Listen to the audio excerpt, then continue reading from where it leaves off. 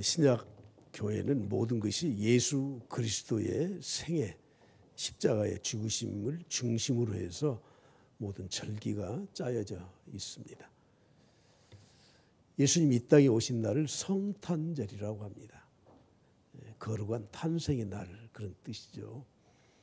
근데 성탄절 이전에 예수 그리스도의 나심을 기대하는, 소망하는 절기를 우리 교회사에서 정했는데, 그게 대림절, 기대한다 그 말이에요. 강림절, 우리 주님이 이 땅에 오심을 기대하는 절기를 대림절, 강림절이라고 합니다.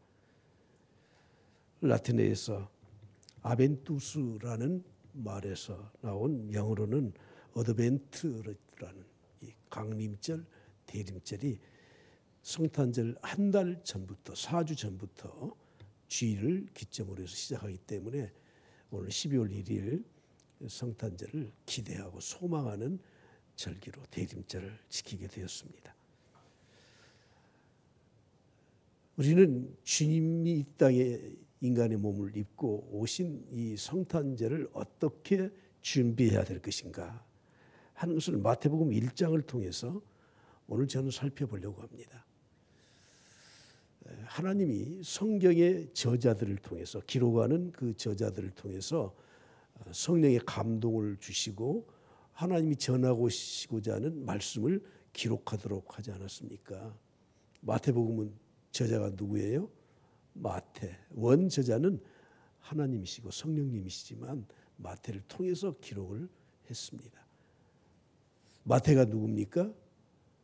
마태는 예수님의 12제자 중에 한 사람이에요. 예수님을 따르기 전에는 세리였어요. 세무공무원이었습니다. 여러분, 세리는 굉장히 머리가 좀 탁월해야 되고 계산이 빨라야 되고 판단력이 좋아야 돼요. 그래서 마태복음을 보면 굉장히 조직적이고 정리가 되어 있습니다. 사건 하나하나를 기록할 때 이렇게 흩어서 기록한 것이 아니라 일목요연하게 정리하는 것을 알 수 있습니다. 하나님은 마태를 통해서 우리에게 무슨 말씀을 주시기 위한 그런 간절한 마음이 있었을까요? 인도의 인디라 간디라고 하는 여자 세 번째 총리가 있었는데, 인디라 간디의 아버지는 자와할랄 네루라는, 우리가 잘 아는 마하트마 간디하고 굉장히 친했던 친구였습니다. 근데 인도의 독립운동을 하다가 감옥에 갇히게 됐습니다. 3년 동안 갇혀 있는 동안에 자기의 딸 안디라 간디에게 11살 때, 우리로 말하면 초등학교 4, 5학년 된 딸에게 자기가 감옥에서 죽을지도 모른다 하고 편지를 써서 3년 동안 보냈던 편지가 196통이에요.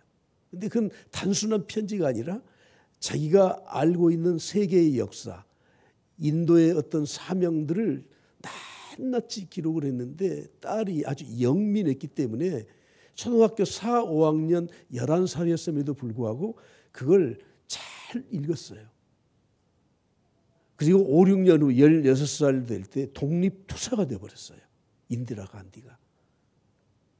그래서 후에 인도의 세 번째 총리가 됐는데, 유일한, 인도 역사의 유일한 여자 총리로 남아 있습니다. 여러분, 그렇게 훌륭한 사람만 자녀에게 남기고 싶은 말을 남기는 건 아닙니다. 인생을 올바르게 살고 인생에 대해서 분명한 목적이 있는 사람들은 유언적 삶을 살기도 하고 또 자녀들에게 유언을 남기기도 하는 거예요. 저와 여러분은 그렇게 훌륭한 학자거나 독립투사거나 그런 업적을 남기는 사람들은 아니지만 정말 내 자녀에게만은 꼭 이걸 전해주고 싶다 하는 것들이 있으십니까? 저는 평소에 김미경이라고 하는, 김미경 강사로 이제 통하는데 김미경 교수 그러기도 하고, 김미경 씨의 유튜브 동영상이나 책들을 제가 자주 봐왔습니다. 근데 최근에 세상에 강의를 하는 것이 아니라 CBS, CTS 그리고 기독교 채널에서 간증을 많이 하더라고요. 많이 바뀌었어요. 지금 50이 넘으니까 그런지. 그래서 제가 지난 주간에 김미경 강사의 유튜브를 이렇게 듣다가 오늘 여러분들에게 맛배기로 1분 20초만 보여드릴게요. 자, 준비된 동영상 1분 20초만 편집했으니까요. 거기만 보여드리겠습니다. 너무 깜짝 놀랐어요. 우리 엄마가 그렇게 일기를 열심히 썼더라고요. 근데 엄마가 뭐라고 그랬냐면 우리한테 다 이렇게 노트 한 권씩 유서처럼 남겼어요. 자녀 한 명 한 명 노트 한 권을. 대단하시다. 50년 전쯤 된 일기를 내가 봤거든요. 그때도 일기를 쓰셨더라고. 그때 우리 할아버지가 친할아버지가 엄마한테 뭐라 그랬대요. 딸을 4명을 내리놨더니 야, 네 뱃속에는 딸이 4명이나 들어있어서 순서대로 나오냐고 엄마를 모욕한 거야. 그랬더니 우리 엄마가 그걸 일기에다 썼는데 있었어요. 아버님이 나한테를 모욕했다. 근데 우리 딸들 이 시골에서 키웠지만 너무 멋진 애로 하나하나 키울 거라고 대들고 싶었는데 아버님이 틀리고 내가 맞는다고 말하고 싶었는데 그걸 못했다. 그래서 아버님이 틀리고 내가 맞아요 라고 여기에 써둔다. 까먹을까 봐 이렇게 써놨어. 그러면서 저희 엄마가 우리한테 써준 그 유서에 뭐라고 써있냐면 자녀들아 한 가지만 알아라. 너희가 누군 줄 알고 살아라. 너희는 정말 위대한 하나님 자녀다. 잊지 마라. 그리고 만약에 어제 누가 너를 욕했어. 누가 너를 끌어내렸으면 아침마다 지워라. 예수 그리스도 이름으로 지워라. 그리고 다시 쓴 네가 너다. 그렇게 매일 다시 써라. 네가 누군 줄 알고 살아라. 그래서 정말 저는 이 책을 통해서 필요하시면 또 찾아서 보시고요. 입담이 좋아서 말을 아주 잘 하시더라고. 우리 김미경 씨의 아버지는 시골교회 장로였었고 초등학교 교사였었고요. 어머니는 시골에서 양장점을 평생 했던 권사님이셔요. 그런 말을 그 전에는 강의할 때 통화 안 했거든요. 근데 요즘 간증을 하다 보니까 이런 멘트가 많이 나와요. 시골에서 도저히 서울로 학교를 갈 수 없는 환경에서 그래도 연세대학교의 작곡과를 입학을 해서 공부를 했던 그런 여인입니다.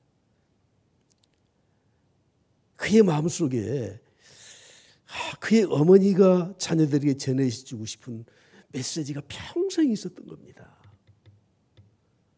여러분, 하나님이 21세기 현대사회를 사는 이 복잡한 이 세상 속에서 과학 만능주의에 젖어서 정말 하나님이 있네 없네 하는 이 사회에서 하나님이 우리에게 예수 그리스도를 보내주시면서 어떤 메시지를 주기를 원하셨을까요?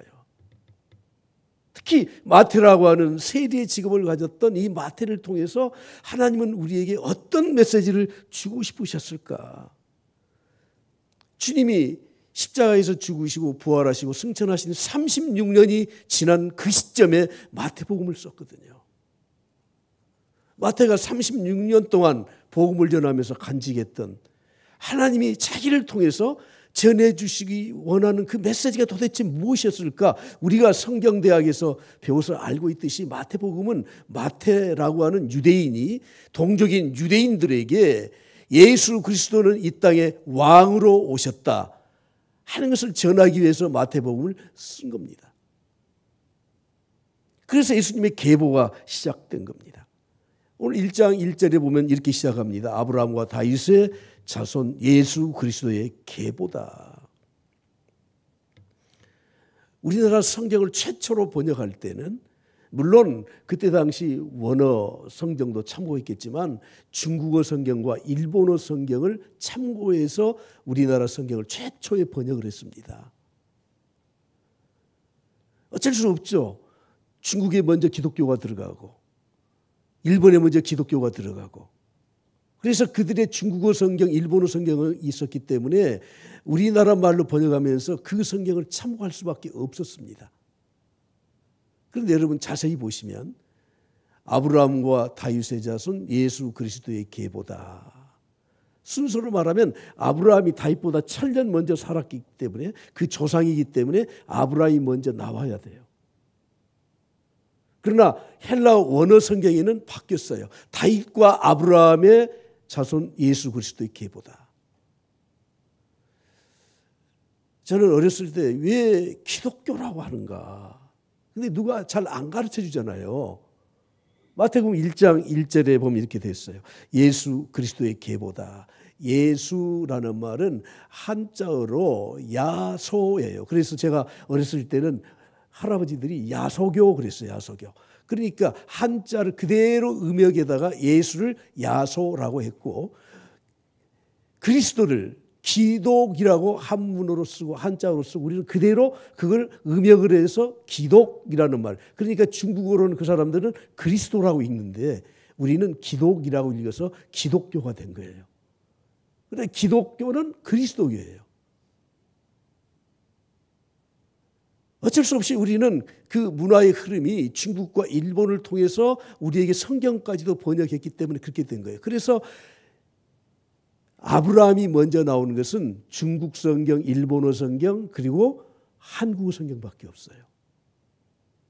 영어 성경을 볼까요? 킹 제임스 버전에 이렇게 나와요. Jesus Christ, the Son of David. 그리고 그 다음에 the Son of Abraham. 다윗이 먼저 나와요? 아브라함이 먼저 나와요? 데이빗이 먼저 나와요. 여러분 마태는 아주 머리가 출중한 사람이고 조직력이 있는 사람인데 아브라함이 1000년 먼저 태어난 조상인 줄 모르고 다윗을 먼저 썼겠습니까? 천만의 말씀. 하나님이 마태를 통해서 마태복음을 기록하게 된 이유는 같은 동족인 유대인들, 그들은 구약의 지식의 배경을 가지고 있고 아브라함보다 다윗을 더 존경하는 마음이 있기 때문에 왕으로 오셨다. 그래서 다윗을 먼저 앞에다가 썼던 겁니다. 오늘 2024년 성탄절을 맞이하면서 우리는 어떻게 성탄절을 준비하고 기대해야 되는가. 벌써 이쪽에 트리가 있잖아요. 성탄 트리가 있잖아요. 예. 이렇게 파란 사철에 파란 이런 나무를 쓰는 이유는 복음은 항상 번창한 것이다 하는 의미로 파란 나무를 쓰게 된 겁니다. 밖에도 여러분들이 오시면 오늘 성탄트리 점등식이라고 하는 걸 합니다. 찬송 한 장 부르고 기도할 텐데 우리가 이것 만들면 성탄 준비 다 됐나요?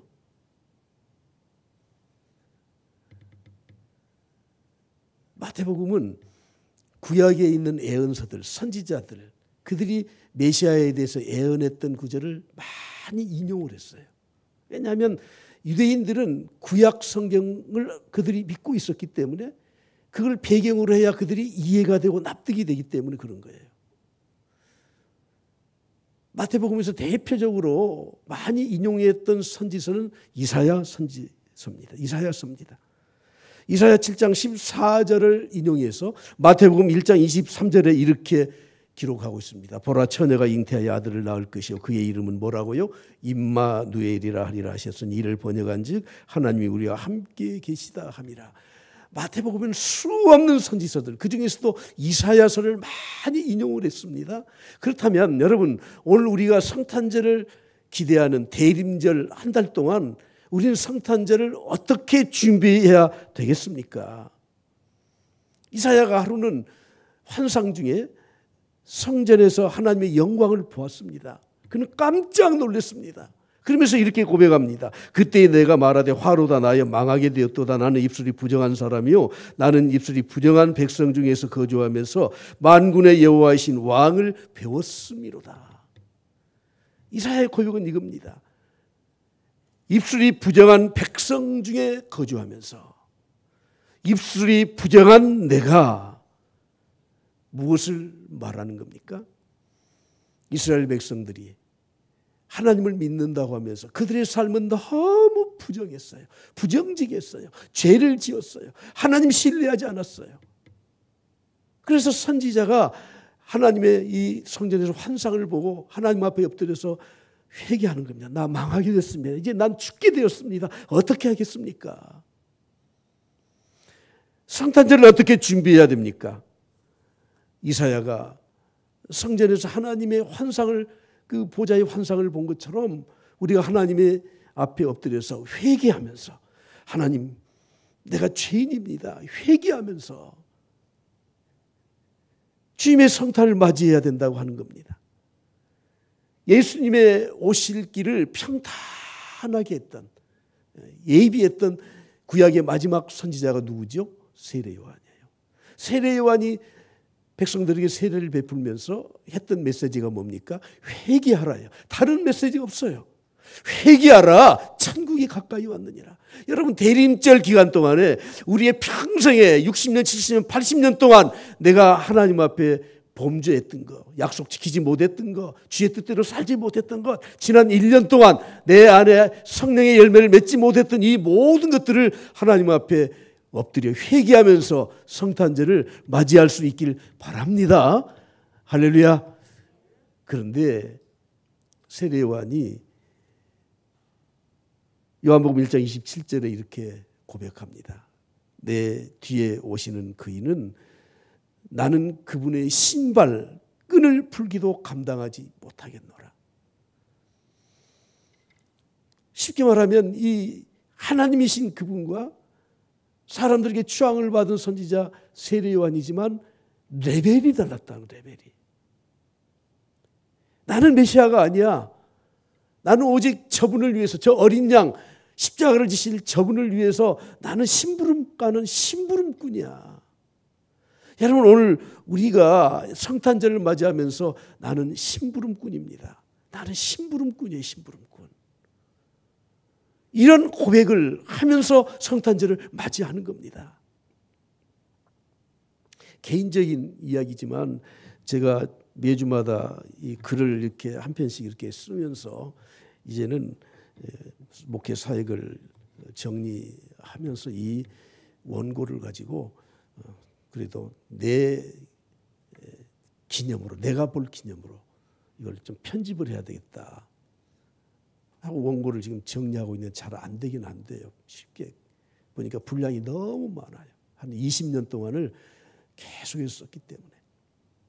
그리고 책 제목을, 첫 번째 책 제목을 뭘로 할까? 나중에 여러분이 보시면 하니까 그냥 캐스천만큼만 가지고 하십시오. 그래도 말은 꺼내놨으니까. 제목을 이렇게 잡고 기도하고 있습니다. 나는 머슴으로 살고 싶었다. 나는 하나님의 머슴으로 살고 싶었다. 그 뒤에 예언이 좀 그렇죠? 살았다 못 살았다는 모르겠어요. 머슴으로 살고 싶었다. 성탄절을 맞이하면서 예레미야와 세례 요한이 전했던 것처럼 회개하는 마음으로, 그리고 세례 요한이 고백했던 것처럼 나는 그분의 신발끈을 풀기도 감당치 못할 그런 종입니다 하는 우리의 마음을 다시 한번 정리하면서 우리들이 성탄절 준비해야 됩니다. 요한복음 3장 30절을 보십시오. 세례 요한은 이렇게 고백합니다. 그는 흥하게 하겠고 그가 누구의 주님이에요. 예수님은 흥해야 돼. 하나님 나라는 흥해야 돼. 교회는 부흥돼야 돼. 그러나 나는 쇠화해야 하리라. 나는 쇠화해야 하리라. 여러분, 성탄절 맞이하면서 우리는 이런 마음, 이런 태도가 참된 신앙인이고, 그리고 성탄절을 맞이할 수 있는 자격을 가진 자라고 하는 겁니다. 특별히 주님이 이 땅에 인간의 몸을 입고 오시지 않았습니까? 전혀 인간의 이 혈통과는 상관없어요. 그 족보의 계통을 하나님이 이용해 주신 것뿐이지. 그러므로 신학자들은 이렇게 말을 해요. 천지창조와 같은 제2의 천지창조의 사역과 같은 것이다. 말씀으로 천지를 창조하셨듯이 인간의 방법이 아닌 동정녀 마리아의 폐에 성령께서 잉태하시도록 해서 태어난 그 천지창조보다 훨씬 더 중요한 사건으로 본다고 하는 겁니다. 왜 성육신 천지창조보다 더 큰 재창조의 이런 방법을 사용하셨을까요? 우리에게 축복해 주시기 위해서 그렇습니다. 특히 아브라함의 혈통을 통해서 하나님께서 아브라함에게 약속하신 그 축복을 우리에게 전수해 주시기 위해서. 그런데 마리아처럼 순종하고 자기를 희생할 수 있는 자에게만 그런 역사가 일어난다고 한 것입니다. 오늘 우리말 성경에 있는 것처럼 아브라함의 계보를 먼저 생각해 보겠습니다. 아브라함 어떤 사람입니까? 갈대아 우르에서 하나님이 불러서 하나님과 언약을 맺었던 믿음의 조상입니다. 누가복음에도 예수님의 족보가 나오는데 그 족보는 마리아의 계통으로 올라가요. 그래서 맨 마지막에 가면 누가복음 3장 38절에 그 위는 에노스요, 그 위는 셋이요. 셋 위는 누구예요? 아담이요. 아담으로 그치질 않아요. 그 위는 누구예요? 하나님이시다. 그러니까 예수 그리스도는 위쪽으로 올라가면 올라갈수록 저 아담 위에 하나님과 연결된다 하는 것을 누가복음에서는 강조하고 있는 것이고, 마태복음은 아브라함 그 이전에 모든 족보는 없어요. 생략했어요. 하나님이 아브라함을 불러서 언약을 맺으시고 약속을 해주셨는데 창세기 12장에 보면 하나님이 아브라함에게 약속하신 이 축복의 언약은 4가지예요. 이건 정확히 아시고 신앙생활 하셔야 돼요. 첫째는 이 땅을 주시겠다. 땅을. 두 번째, 번성하게 할 것이다. 세 번째, 창대하게 할 것이다. 네 번째, 너는 복이 될 것이다. 너를 통해서 축복해 준다. 4가지. 다시 첫 번째 뭐예요? 땅을 줄 것이다. 두 번째, 번성. 세 번째, 창대. 네 번째, 복이 될 것이다. 그런데 여러분, 아브라함이 이걸 받을 만한 자격이 있어요? 없어요? 없어요. 우리가 예배전에 찬송했잖아요. 받을 만한 자격이 없어요. 하나님이 그렇게 하신 거예요. 약속하신 거예요. 그런데 자격이 없지만 그런 약속을 하셨는데 그 약속을 어떻게 해서 받을 수 있느냐 하는 겁니다. 어떻게 해서 받을 수 있어요? 믿음으로. 그것을 믿음으로. 창세기 15장을 한번 봐보십시오. 다 같이 창세기 15장 6절 시작. 아브라함 아니에요. 아직 아브라함이 여호와를 믿으니 여호와께서 이를 그의 의로 여기셨어요. 아브라함이 그 약속을 믿었더니 하나님이 그것을 의로 여겨버렸어요. 의로. 여러분, 아브라함의 이름이 바뀐 거 아시잖아요. 아브라함은 아버지라는 뜻이에요. 아비라는 뜻이에요. 그런데 의로 그것을 믿은 이후에는 아브라함이 되었어요. 열국의 아버지가 됐어요. 한 가정의 아비가 아니라 이제는 모든 민족의 믿음의 아버지가 되었다 하는 겁니다. 그럼 신약 성도들은 어떻습니까? 갈라디아서 3장 26절 29절을 보겠습니다. 26절 시작. 너희가 다 믿음으로 말미암아 그리스도 예수 안에서 하나님의 아들이 되었으니. 믿음으로 말미암아 하나님의 아들이 되었어요. 아브라함이 후손이 되었어요. 29절 시작. 너희가 그리스도의 것이면 곧 아브라함의 자손이요 약속대로 유업을 이을 자니라. 아브라함의 믿음의 후손들이에요. 하나님이 아브라함과 언약, 약속을 하셨는데 그 약속이 몇 가지라고요? 4가지. 땅과 번성함과 창대함과 복이 될지라. 오늘 신약시대도 마찬가지로 우리가 예수 그리스도를 믿음으로 아브라함의 후손이, 믿음의 후손이 되게 되면 이 언약을 우리도 똑같이 물려받을 수 있다. 받는다. 그런 뜻이에요. 마태를 통해서 예수 그리스도가 어떤 분인가 하는 것을 하나님은 꼭 전하고 싶은 게 있었어. 근데 그 족보, 우리가 읽었듯이 그 참 그 읽기가 좀 까다롭지 않습니까? 별 의미도 없는 것처럼 보이지 않습니까? 그러나 1절에서 이미 아브라함과 다윗의 자손 예수 그리스도의 계보다. 아브라함의 그런 언약을 주셨다. 너희들도 그 예수 그리스도를 믿으면 그 축복의 언약을 받는다 하는 것이에요. 우리는 구약의 이 하나님을 믿는 백성들은 유대인들이라고 하는 제한을 시키지 않습니까? 아닙니다. 출애굽을 해서 애굽에서 나온 사람들을 출애굽기 12장 30절 38절에 보면 그 사람들을 소개하는데 장정이 60만 가량이에요. 60만 가량. 그리고 38절에 내려가 보면 수많은 잡족, 그 60만 가량 외에 또 잡족들이 나왔어. 이방인들이 같이 왔습니다. 그들은 왜 나왔겠습니까? 6월절에 이스라엘 백성들이 하는 그 소식을 듣고, 전해주는 그 소식을 듣고, 그들도 똑같이 양을 잡고 무교절을 지키고 그들도 함께 6월절에 참여했던 사람들이 다 구원을 받았어요. 그렇기 때문에 이스라엘 구약의 공동체는 혈족을 중심으로 하지만 그러나 신앙을 중심으로 한 공동체예요. 혹시 유대인들일지라도 그 약속을 믿지 않으면 그 안에 벗어나는 사람들입니다. 두 번째, 다윗의 계보를 보겠습니다. 다윗은 아브라함보다도 더 존경받는 인물이에요. 모세보다도 더 존경받는 인물이에요. 그래서 이스라엘 국기를 보면 다윗의 별이라고 하는 삼각형 두 개를 엎어놓은 것을 그들이 국기로 삼고 있습니다. 다윗은 사무엘을 통해서 하나님께서 영원한 왕의 가문으로 세우셨습니다. 마태가 강조하는 것은 그겁니다. 마태복음에서 강조하는 것은 예수님은 다윗의 그 가문, 그 계보를 통해서 이스라엘의 영원한 왕으로 오셨다 하는 메시지를 주기 위한 거예요. 그래서 마태복음 2장 6절에 말씀합니다. 또 유대 땅 베들레헴아, 베들레헴이 어디입니까? 예수님의 조상, 다윗의 조상이 거주했던 땅이에요. 유다 지파의 그 베들레헴에서 거주했던 땅이에요. 유다 고을 중에 가장 작지 아니하도다. 내게서 한 다스리는 자가 나와. 누굽니까? 예수 그리스도가 나. 이미 구약에서 예언했습니다. 내 백성 이스라엘의 목자가 되리라.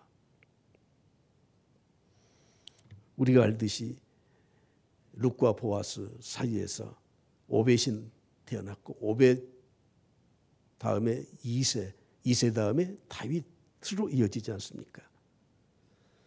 우리는 예수님에 대해서 이슬람에서조차도 뛰어난 선지자야. 천만의 말씀이에요. 뛰어난 선지자가 아니에요. 하나님이 구약에서 예언하신 대로 다윗의 이 계보를 통해서 인간이 아닌 하나님이 이 땅에 그 계보를 통해서 오신 하나님의 아들이라고 분명하게 말씀을 하고 있습니다. 이미 시편에서도 우리에게 예언하고 있습니다. 그의 후손을 영구하게 하여 시편 89편 29절에 말씀하죠. 그의 후손을 영구하게 하리라. 다윗의 후손을 영구하게 하리라. 그의 왕위를 하늘의 날과 같게 하리라고 말씀하셨습니다. 사무엘하 7장에서도 다윗에게 하나님이 약속하셨습니다. 내 수완이 차서 내 조상들과 함께 누울 때 내가 내 몸에서 날 내 씨를 내 뒤에 세울 것이다. 그의 나라는 견고하리라. 13절에 말씀합니다. 나는 그의 나라 왕위를 영원히 견고하게 하리라. 여러분, 다윗의 혈통을 통해서 태어난 왕들은 북쪽 남쪽 이스라엘로 갈라지면서 다 그들은 사라지고 없습니다. 이 약속은 예수 그리스도를 통해서 하나님의 나라가 이 땅에 영원히 이루어질 것을 약속하신 것입니다. 마태복음 22장 44절에 좀 이해가 안 되는 구절이 좀 나옵니다. 자, 보실까요? 주께서 내 주께 이르시되 내가 내 원수를 내 발 아래에 둘 때까지 내 우편에 앉아 있으라 하셨도다 하였느니라. 예수님이 승천하셔서 하나님 보호자 우편에 계신 것을 이렇게 설명하고 있습니다. 자, 그 다음 45절 다 같이 봅니다. 시작. 다윗이 그리스도를 주라 칭하였은즉 어찌 그의 자손이 되겠느냐. 보십시오. 아브라함 후에 1000년 후에 다윗이 태어났고 다윗이 산 1000년 후에 예수 그리스도가 오셨어. 그런데 아직 태어나지도 않을 후손인 예수님에게 다윗이 누구라고 호칭을 해요? 내 자손 이렇게 호칭을 합니까? 주라고 해요. 주라고. 너희들 이해가 되느냐? 이해되지 않는다는 거예요. 이미 다윗은 성령의 감동을 받은 자이기 때문에 그의 계보를 통해서 인간의 혈통을 따라 태어나지 아니한 바로 만왕의 왕인 예수 그리스도가 자기 계보의 족보에 태어날 것을 알고 있었던 것입니다. 그러므로 오늘 우리는 제가 조금 여러분들에게 조금 복잡하게 말씀드린 것 같지만 성경 내용이니까 꼭 아셔야 돼요. 자, 아브라함을 통해서는 언약의 하나님을 우리에게 보여주시기 위해서, 다윗을 통해서는 만왕의 왕이신 왕의 혈통을 예수 그리스도를 통해서 이루시기 위해서. 그런데 오늘 족보를 보면, 이 계보를 보면 좀 이상한 분들이 몇 분 소개되고 있습니다. 여인들의 이름이죠. 다말, 라합, 룻, 그리고 밧세바예요. 다말이 누굽니까? 참 소개하기가 좀 그렇지만 가나안 여인, 모두 다 이방 여인이에요. 다말은 유다의 아들 엘의 아내였습니다. 그러니까 유다의 며느리였어요, 며느리. 근데 그 아들 엘이 자녀가 없이 죽어버렸어요. 그래서 이 다말을 유다가 이방 친정집에 보내버렸어. 그러니까 다말이 화가 잔뜩 났었어요. 나를 버렸구나. 그런데 자기 시아버지 유다가 자기 친정 근처에 와 있다는 소식을 듣고는 변장을 했어요. 다 변장을 해서 유혹을 했더니 동침을 해서 아들을 낳았는데 쌍둥이를 낳았습니다. 베레스와 세라.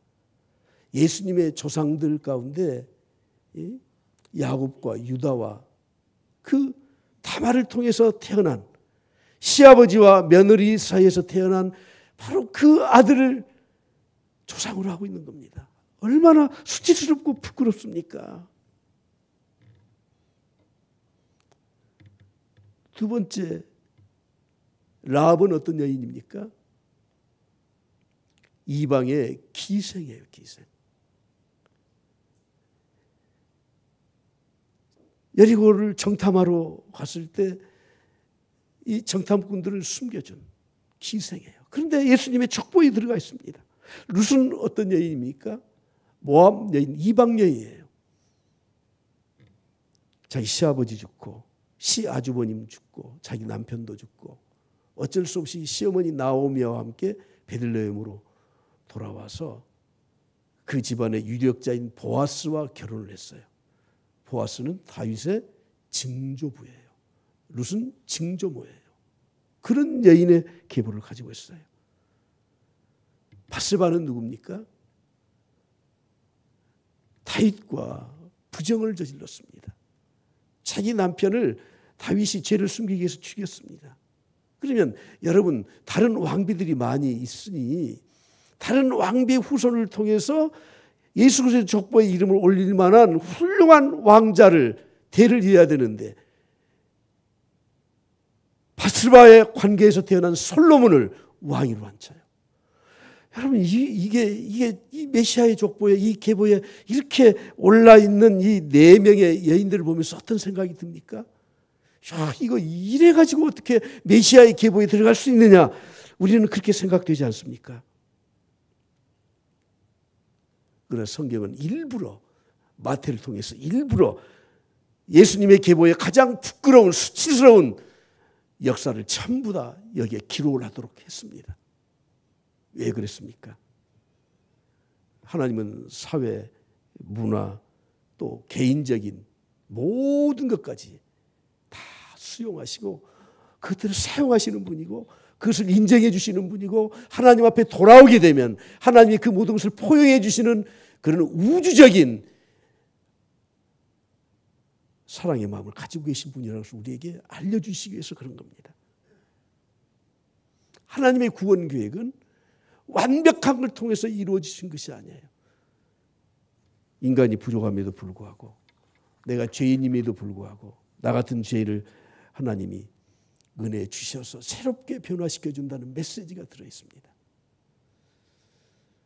특히 이 세상에는 긍정적인 삶을 산 사람보다는 부정적인 삶을 산 사람이 더 많을 겁니다. 여리고성을 지나가다가 삭개오라고 하는 이 세리장, 세리도 아니고 세리장이에요. 엄청난 착취를 했던 삭개오도 그가 뽕나무에 올라가서 주님에게 구원을 요청했을 때 두말하지 않습니다. 삭개오의 집 가서 식사하시고 오늘 이 집에 구원이 이르렀다고 선포하지 않습니까? 우리에게 지나간 역사와 모든 삶을 통해서 우리를 완전히 저주하고 버리는 것이 아니라 하나님을 믿게 되면 이 성탄절에 참된 소망과 위로를 주신다는 메시지가 여기에 들어있다고 하는 거예요. 그러므로 단순한 이 족보를 소개한 게 아니라 다 생략됐어. 14대 다 생략해서 마태가 이 숫자에 맞춰서 사람들을 소개하고 있는데 일부러 이런 여인들의 부정직한 것들, 죄인된 것들을 삽입에 넣는 이유는 이 땅에 하나님의 아들로 오신 예수 그리스도, 그분의 축복 가운데 이런 사람들도 있다 하는 것을 우리에게 알려주시기 위한 거예요. 그리고 마지막 마리아를 등장시켜요. 오늘 읽었던 16절 말씀 다 같이 보시겠습니다. 다 같이 16절 봅니다. 야곱은 마리아의 남편 요셉을 낳았으니 마리아에게서 그리스도라 하는 칭하는 예수가 나시니라. 아멘. 18절 우리가 본문으로 읽었던 것처럼 성령으로 잉태된 것이 나타났으니, 마리아를 통해서 성령으로 잉태되었다고 성경은 말씀하고 있습니다. 다시 정리해서 말씀드리면 천지를 창조하신 하나님은 말씀으로 무에서 유를 창조하셨습니다. 그러나 그건 못지않게 제2의 창조의 역사는 바로 인간의 이 계보를 통해서 예수님이 그 후손으로 기록되어 있지만 전혀 인간과 상관없이 마리아의 태를 빌려서 성령으로 잉태하게 하셔서 이 땅에 인간의 몸을 입고 오신 것입니다. 그러므로 우리가 성탄절을 맞이해서 동정녀 마리아를 통해서 태어난 것을 믿는다는 것은 천지창조를 믿지 않으면 절대 이것도 믿을 수 없어요. 예수님의 동정녀 탄생을 믿지 못하면 천지창조도 믿을 수가 없어요. 사랑하는 성도 여러분, 우리가 한 달 동안 기도하면서 하나님의 영적 교제를 통해서 하나님의 개입을 요청하십시오. 내가 아직도 불신앙이 있습니다. 요청하십시오. 내가 아직도 내 인생에 힘들고 어려운 문제를 아직도 안고 있습니다. 회개합니다.